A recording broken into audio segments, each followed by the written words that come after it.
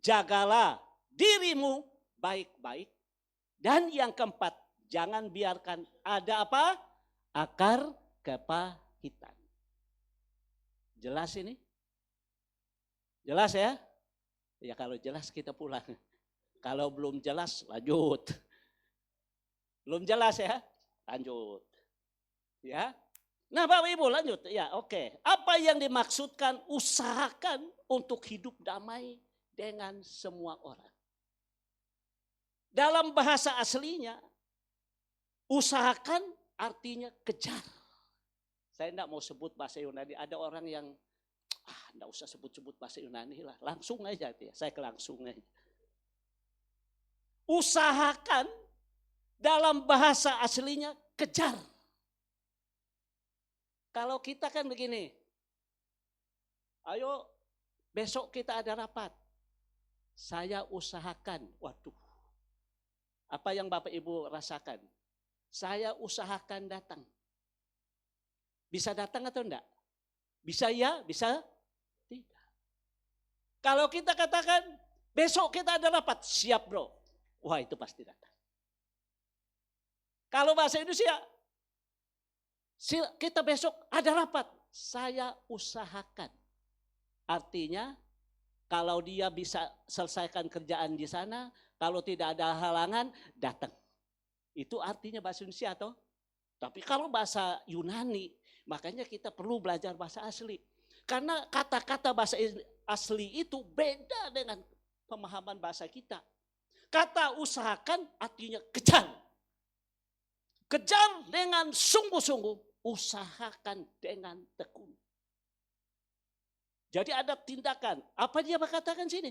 Usahakan itu artinya bukan pasif, tetapi aktif dan agresif. Usahakan itu bukan tunggu kapan dia datang, minta maaf sama saya. Kapan dia bereskan dengan saya. Pasif itu bro, pasif. Lihat dia ada masalah, usahakan saya datang. Di mana dia ada? Ada di Jakarta, kejar. Di Jakarta di mana? Ada di Tanjung Priok, kejar. Itu baru namanya kejar. Agresif, agresif itu artinya berani apapun risikonya, maju. Karena apa? Karena namanya usahakan damai dengan semua orang itu ada tindakan agresif dan aktif, bukan tunggu. Lebih parah lagi sampai Yesus datang pun saya tidak akan ketemu dia. Ini orang mau susah seumur hidup tuh. Itu orang mau susah, tidak apa-apa. Dia sengsara sendiri. Tapi firman Tuhan mengajarkan ke kita hari ini, kata usaha itu kejar, aktif, agresif. Artinya mengejar damai seorang, mengejar sesuatu yang berharga. Kalau yang namanya damai dengan semua orang, dianggap hal-hal yang biasa, tidak terlalu penting, dia akan susah terus. Karena damai dengan semua orang itu bahasa umumnya rezekinya akan bertambah. Kenapa? Melalui orang yang kita musuhin itu sebenarnya mereka sedang menyiapkan sesuatu yang baik buat kita. Karena kita pakai gap, hilang berkat. Usahakan mengejar, usaha bekerja keras untuk berdamai itu penting sekali. Bapak Ibu bangun pagi sampai malam, apa yang dicari sih? Apa yang dikejar?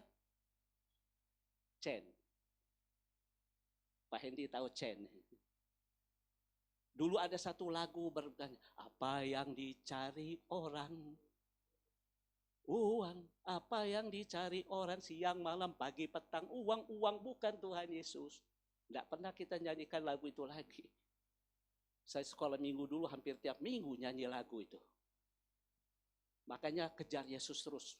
Makanya Abe Simpson bilang, dapat Tuhan Yesus, dapat semuanya. Karena sumber berkat itu adalah Yesus. Jangan kejar duitnya. Duit itu ada di tangan Yesus. Apa yang dikejar? Apa yang dicari orang pagi, siang, sampai malam? Kita jujur cari uang. Tidak ada yang cari damai ya. Tidak ada yang kejar berdamai ya. Saya tidak suka itu Pak Wali Kota. Misalnya ya, saya tidak suka wali kota. Coba dekat sama wali kota, dapat proyek loh. Tapi dimusuhin, tidak ada damai. Jangan jadi musuh. Nah itu sebabnya Bapak Ibu sekalian, damai tidak terjadi dengan sendirinya, perlu upaya sadar menahan diri, sadar nih, mengampuni, merendahkan hati, memulai dialog, memutuskan siklus konflik. Sesuatu yang merusak hubungan dengan kita, putus, artinya kita adakan dialog. Kalau kita ketemu orang, tidak ada selamat sore, tidak ada selamat siang, buang muka lagi, itu tanda hubungan putus. Ketemu dengan orang tidak ada respon baik, buang muka, itu ciri hubungan putus. Orang yang mau berdamai dengan semua orang, dialog. Kemana bos? Supaya dia senang panggil bos. Ada apa? Bangun hubungan, dialog. Sudah makan belum? Kok nanya-nanya makan? Memang mau bayar? Kita kan mau bangun dialog. Begitu kita ditentang mungkin salah. Cari lagi cara, bangun dialog lagi. Berusaha kita yang membangun komunikasi. Jangan tunggu orang, buang muka lagi. Itu bukan ciri anak Tuhan. Orang seperti itu tidak ada damai. Ketemu orang semua jadi musuh. Semua orang dicurigai. Kemarin saya ikut seminar wawasan kebangsaan. Pak Ruby juga ada. Di Grand Mall sini. Ya, saya takap. Wah, selama ini otak kita ini otak berat sebelah. Kemarin saya mau bertanya, tapi tidak sempat saya bertanya. Kenapa saya bilang otak berat sebelah? Yang kita tahu tentang Israel selama ini, kejam, tidak ada kemanusiaan, tidak ada peri kemanusiaan, jahat. Itu kan yang kita tahu kan? Coba nonton TV, yang disodor apa? Anak-anak pada mati, kena bom Israel. Orang-orang Gaza kelaparan, tidak diberi makan. Itu aja yang kita tahu kan? Orang Israel yang digorok. Tiba-tiba tidak ada yang tahu kan? Kemarin saya dengar itu. Orang Yahudi yang dibunuh, dibantai. Zaman Nazi. Berapa juta? 6 juta. Begitu sadisnya. Tidak ada yang ekspos kan? Yang kita tahu selama ini. Karena Israel itu jahat. Tidak ada peri kemanusiaan. Mari kita siapkan dana Natal. Untuk membantu orang-orang yang ada di Palestina. Oh kemarin diprotes sama teman-teman. Indonesia anti teroris enggak? Anti. Yang dibom oleh Israel itu siapa? Teroris. Hamas. Yang dibom, yang diserang itu. Baru kita bantu teroris. Itu namanya tampar muka sendiri. Duit yang kita kasih untuk tampar muka kita sendiri. Itu yang kemarin saya dengar. Itu satu-satunya orang yang berani bersuara tentang Israel. Yang namanya Ibu Monik. Yang kemarin tuh. Pernah dengar deh ya? Oh, saya baru tahu. Banyak anak muda yang otaknya dicemarkan. Mereka juga punya grup untuk membantu Palestina. Karena mereka tidak ada peri kemanusiaan. Orang Yahudi tidak ada peri kemanusiaan katanya. Orang Yahudi itu manusia atau binatang? Manusia. Kenapa tidak peri manusia juga kepada orang Yahudi? Satu-satunya orang yang berani membuka sesuatu yang hebat tentang Israel itu adalah Monik, Ibu Monik. Kurang lebih 195 negara di dunia ini yang tidak ada diplomasi dengan Israel, 36 negara. Termasuk Torang. Siapa Torang itu? Indonesia. Tidak ada hubungan diplomatik dengan Israel, tetapi uang dari Indonesia mengalir terus ke Israel. Karena orang tur Israel. 2027 kita tur Israel, bawa duit buat Israel juga. Padahal tidak ada hubungan diplomatik. Israel kaya terus dengan uang kita. Batu bara dari Samarinda ada di Israel. Padahal tidak ada hubungan diplomatik. Duit kita masuk terus ke Israel. Karena setiap ribuan orang Indonesia datang ziarah di Israel. Betapa banyak duitnya orang Israel dibawa ke orang Indonesia dibawa ke Israel. Padahal tidak ada hubungan diplomatik. Kenapa kita bisa ke sana? Karena kita bangun hubungan damai secara batiniah. Secara politik tidak, tetapi secara iman ya. Makanya orang benci Israel, tetapi tiap tahun orang ziarah ke Israel. Oh, hebat. Damai. Kita belum damai dengan mereka. Ini yang dinamakan bahwa damai. Orang yang mau berdamai dengan Israel, dia akan diberkati. Kan firman Tuhan bilang apa? Orang yang memberkati Israel diberkati. Orang yang mengutuk Israel dikutuk. Jangan kita ikut-ikutan. Dan kita lihat Alkitab. Jangan lihat apa atasan yang menentang kebenaran. Kita lihat apa kata firman. Usahakan, oke? Selanjutnya apa? Apa latar belakang Ibrani mengatakan usahakan. Konteks Ibrani 12 tadi yang kita baca. Surat Ibrani ditujukan kepada orang Kristen Yahudi. Nah, Yahudi ini yang sedang mengalami tekanan dan potensi perpecahan.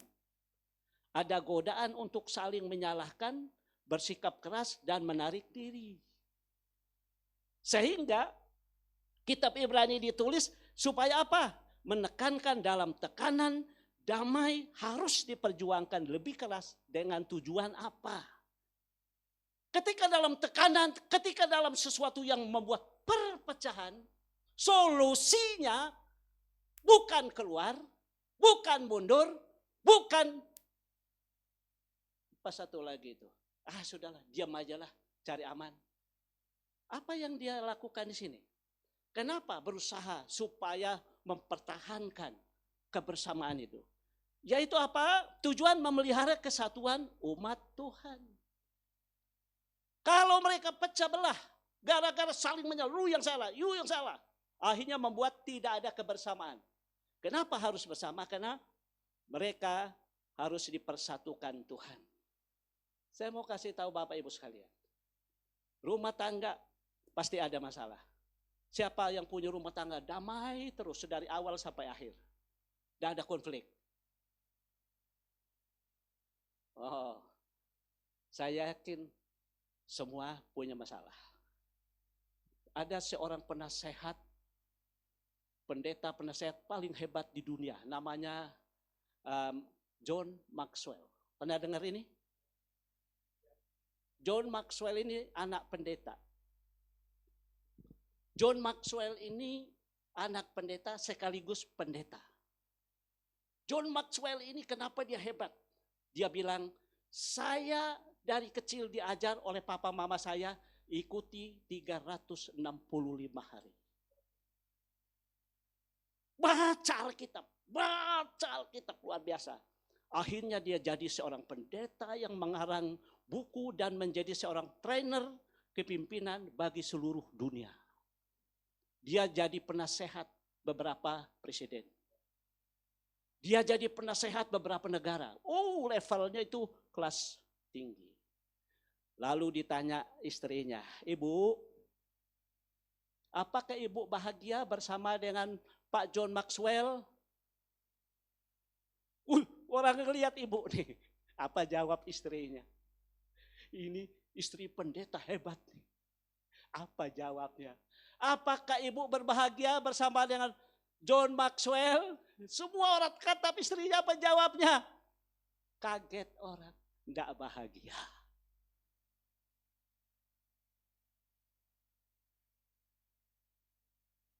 Kenapa? Saya enggak bahagia. Baru dia sambung lagi. Kalau kita pegang sepotong kon, pendetanya hebat. Orang yang terkenal, sudah dikenali mana-mana. Masa istrinya enggak bahagia? Lalu dia sambung lagi. Saya tidak bahagia kalau bukan bersama dengan Yesus. Nah, itu kuncinya. Kalau suami tetap juga ada kekurangan. Iya kan? Kalau John Maxwell sudah kerja keras. Dari pagi dia tulis buku. Istrinya, boleh enggak kita ke mall sebentar? Oh enggak sempat, ini harus kerja proyek. Bahagia enggak? Hilang damai sejahtera kan? Saya kejar target dulu, selesai ini baru kita ke mall. Makanya hal-hal yang bahagia itu hanya Yesus. Sekalipun suaminya hebat, istrinya hebat, baik dia kagumi, ada saja yang membuat kita kurang bahagia. Bohong kalau kita katakan, saya bahagia terus, enggak 100%. Pasti ada hal-hal yang mengecewakan. Saya yakin juga ada, walaupun istri saya termasuk bahagia ikut saya, pasti ada yang mengecewakan juga. Saya juga bahagia ikut dia juga. Sama kita. Bahagia itu yang penting. Mangan, ora mangan, yang penting ngumpul, kata orang Jawa ya. Kenapa?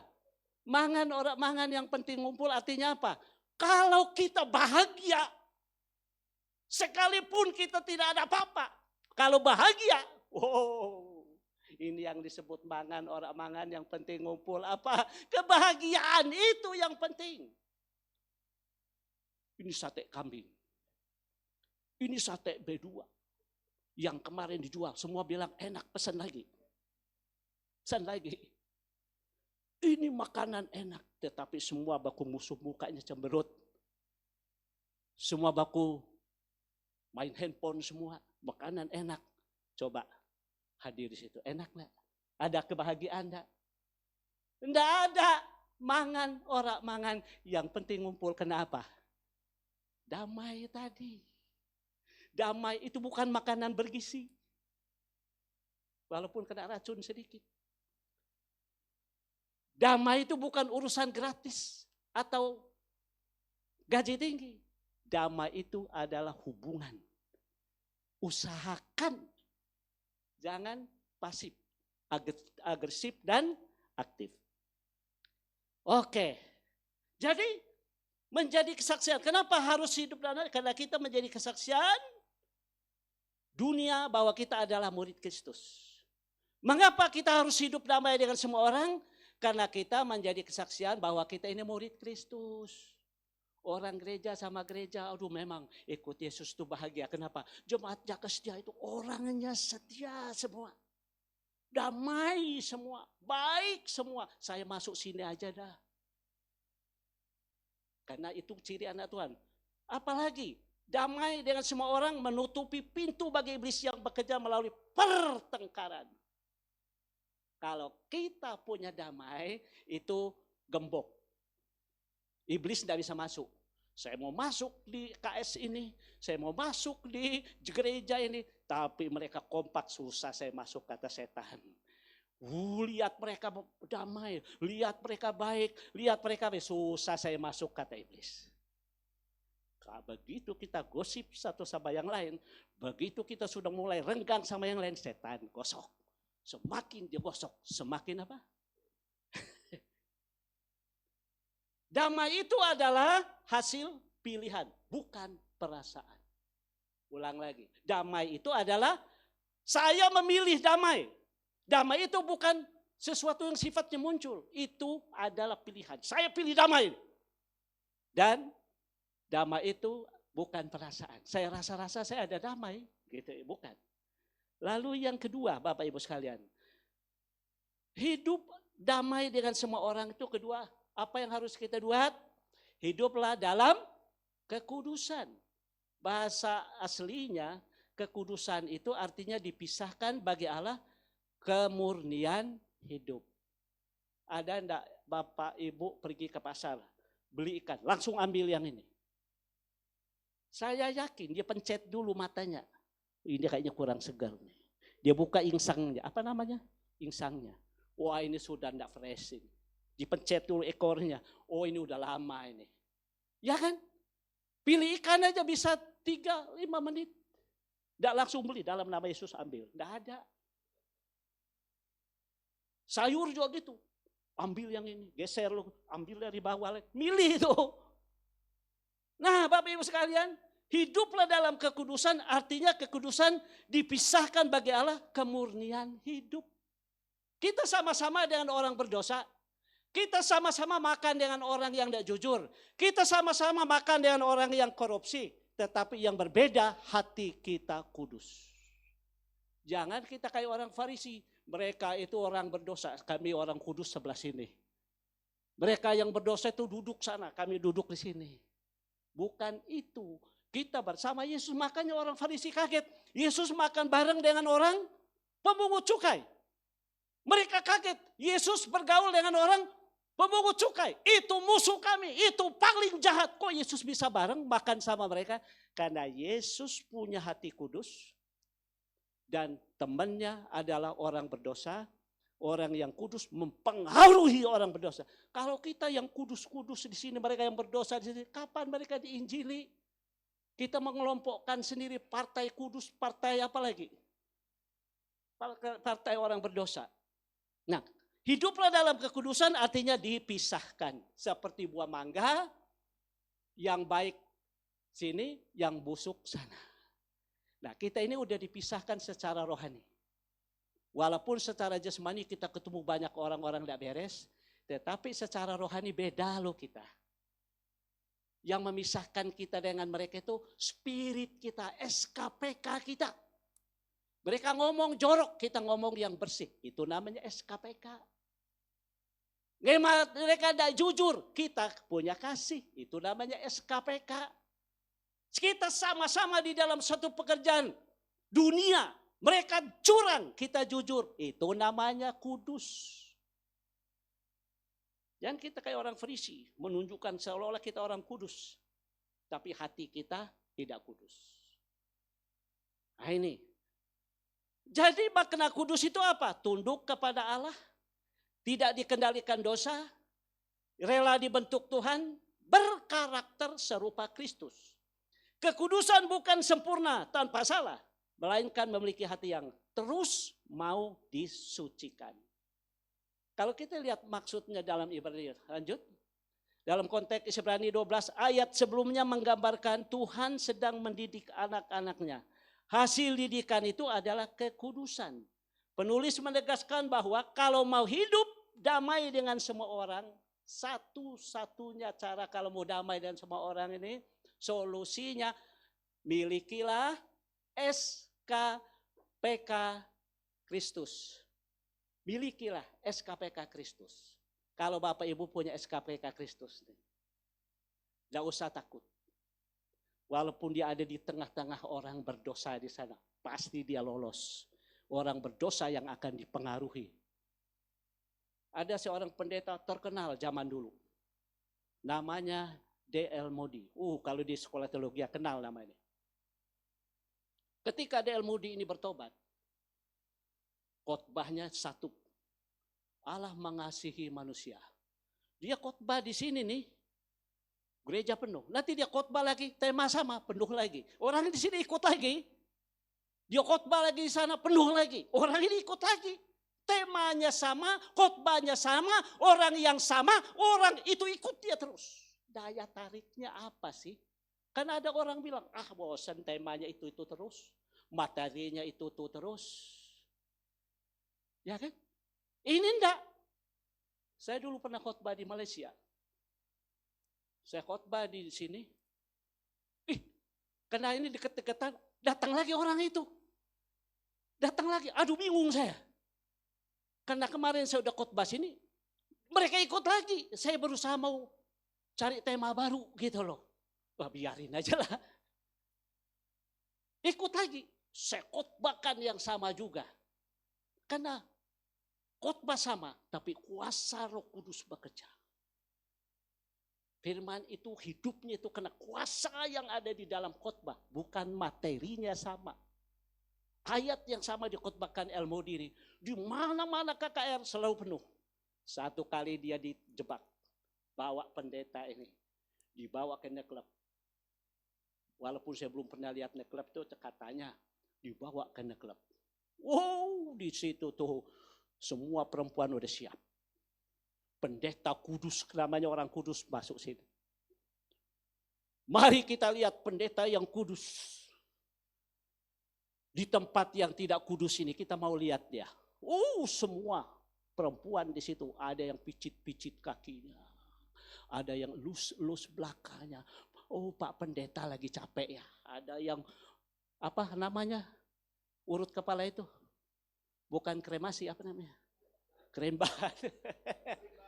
Krenbat. Saya mau supaya Bapak Ibu ngomong gitu. Ya kebetulan enggak tahu juga, lupa. Krenbat semua.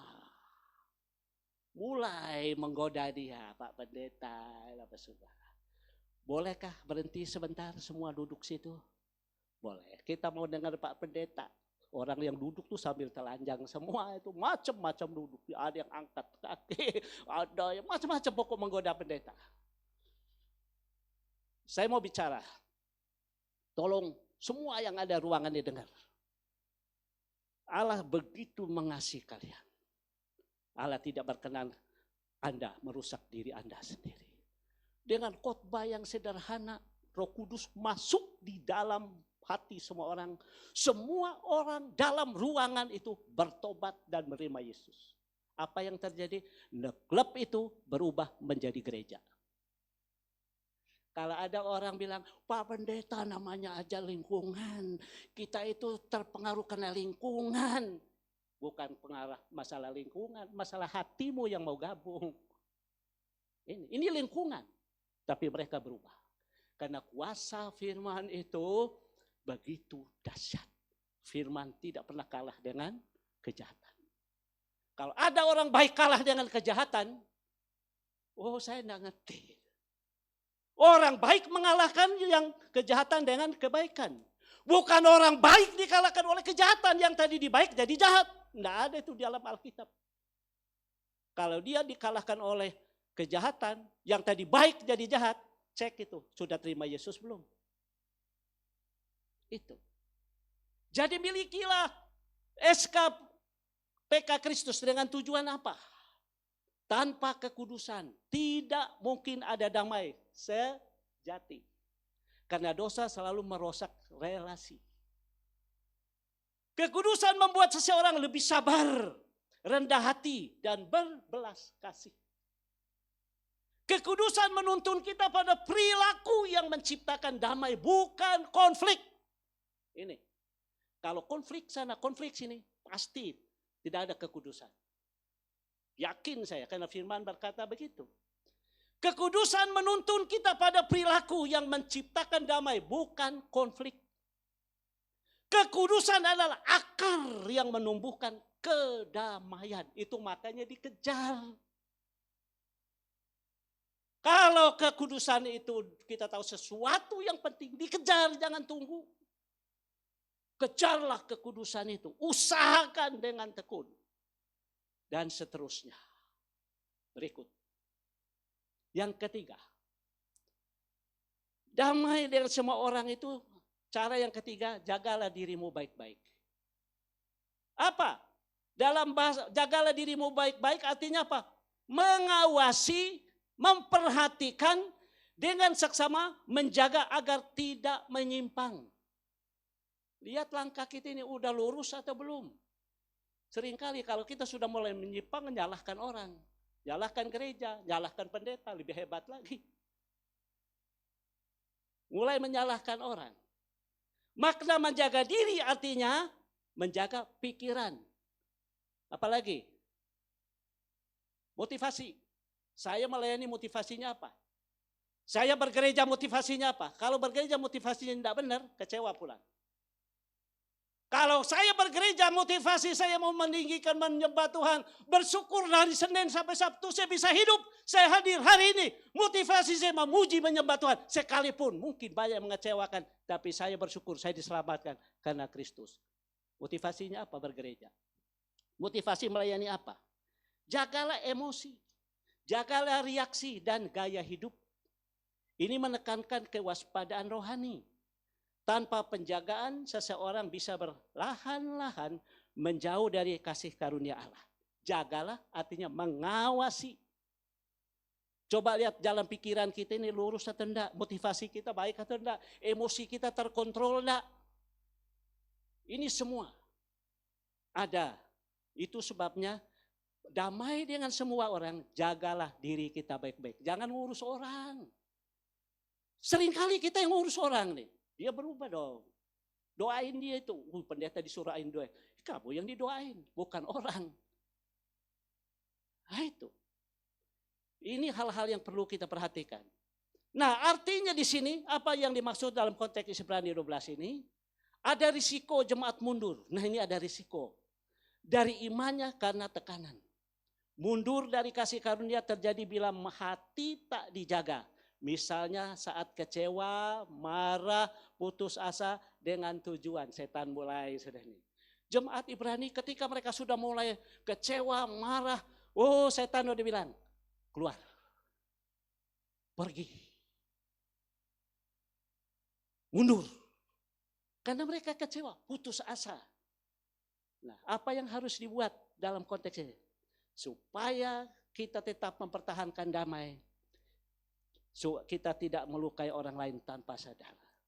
Supaya kita tidak mudah terprovokasi atau dikuasai emosi. Untuk menjaga, supaya kita jangan terprovokasi dan dikuasai emosi. Ada satu teman, pendeta baru masuk. Gereja ini udah tua, lebih tua dari Jaka Setia. Pendeta baru masuk, mulai digosok-gosok nih jemaat nih.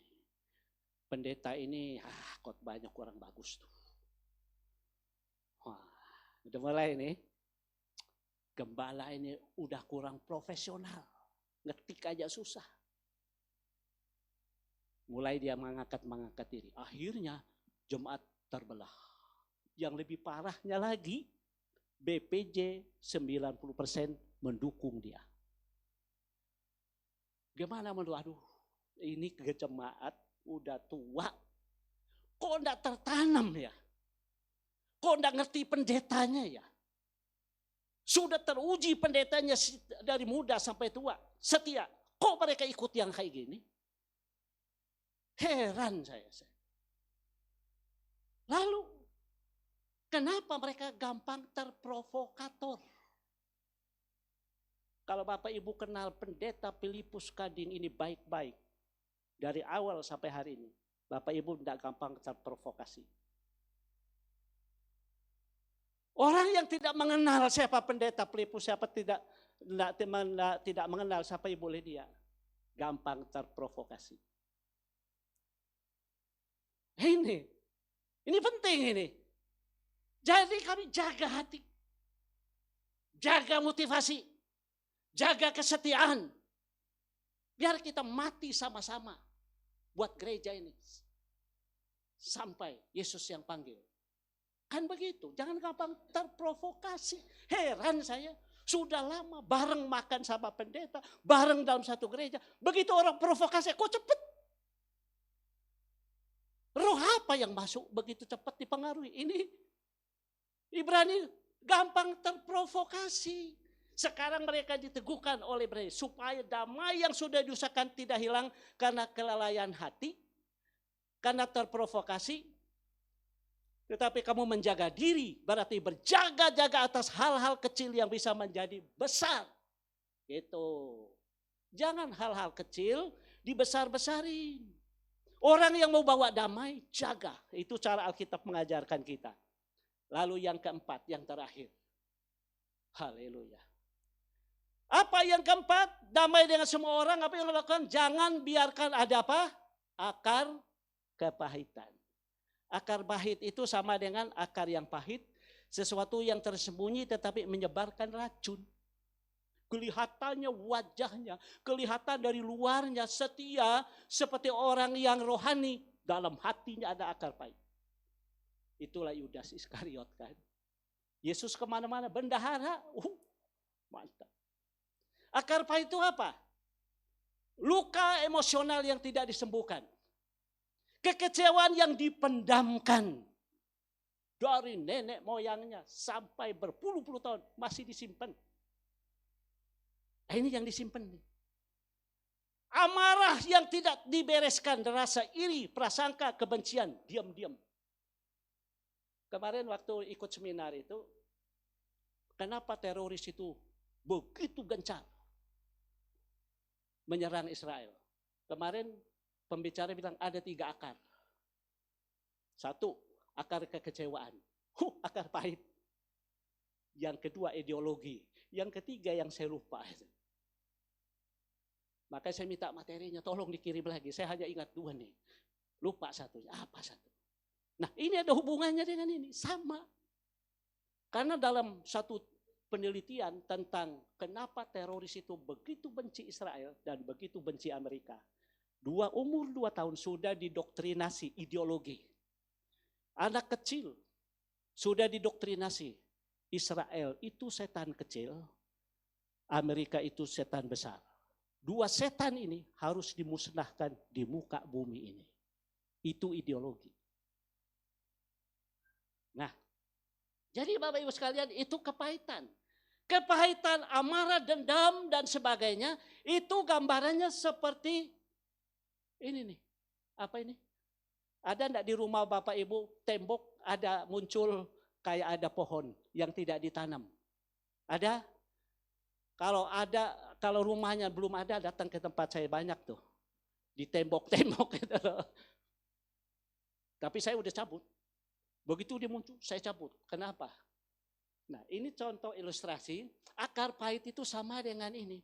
Tembok yang begitu gede, retak gara-gara ada pohon kecil, lama-lama mengakar, lama-lama masuk, lama-lama suka, lama-lama, bukan begitu. Lama-lama dia masuk ke dalam, akhirnya tembok semakin gede akarnya, semakin masuk, tembok semakin pecah.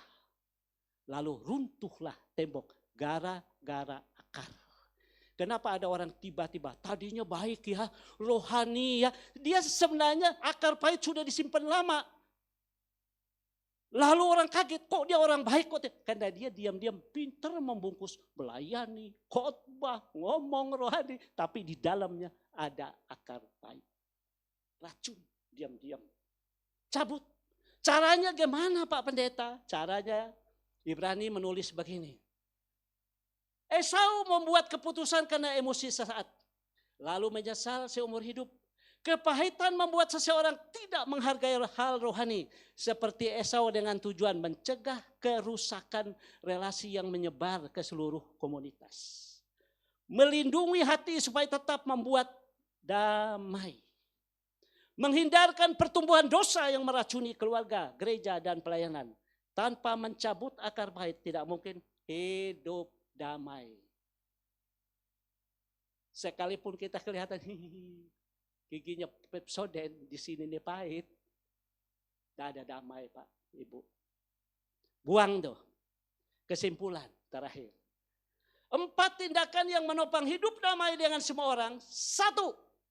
Usahakan kejar damai secara aktif dan agresif. Agar apa? Supaya ada kesatuan dan kesaksian. Itu intinya. Kita bersatu, orang lihat kita bersama-sama, orang katakan benar anak Tuhan tuh hebat ya, bersatu. Coba lihat kita pecah. Sini kemana, situ kemana, ini ngomong apa, ini ngomong, ini gereja apa sih? Bingung orang. Nah, usahakan kejar damai. Hiduplah dalam kekudusan sebagai gaya hidup, karakter yang menghasilkan damai. Jagalah, waspadai hati dan perilaku supaya damai tidak rusak. Jangan memelihara kepahitan karena akan merusak relasi. Damai bukan perasaan tetapi hasil SKPK yang kudus, hati yang terjaga dan keputusan untuk hidup memelihara apa? Damai. Yang terakhir.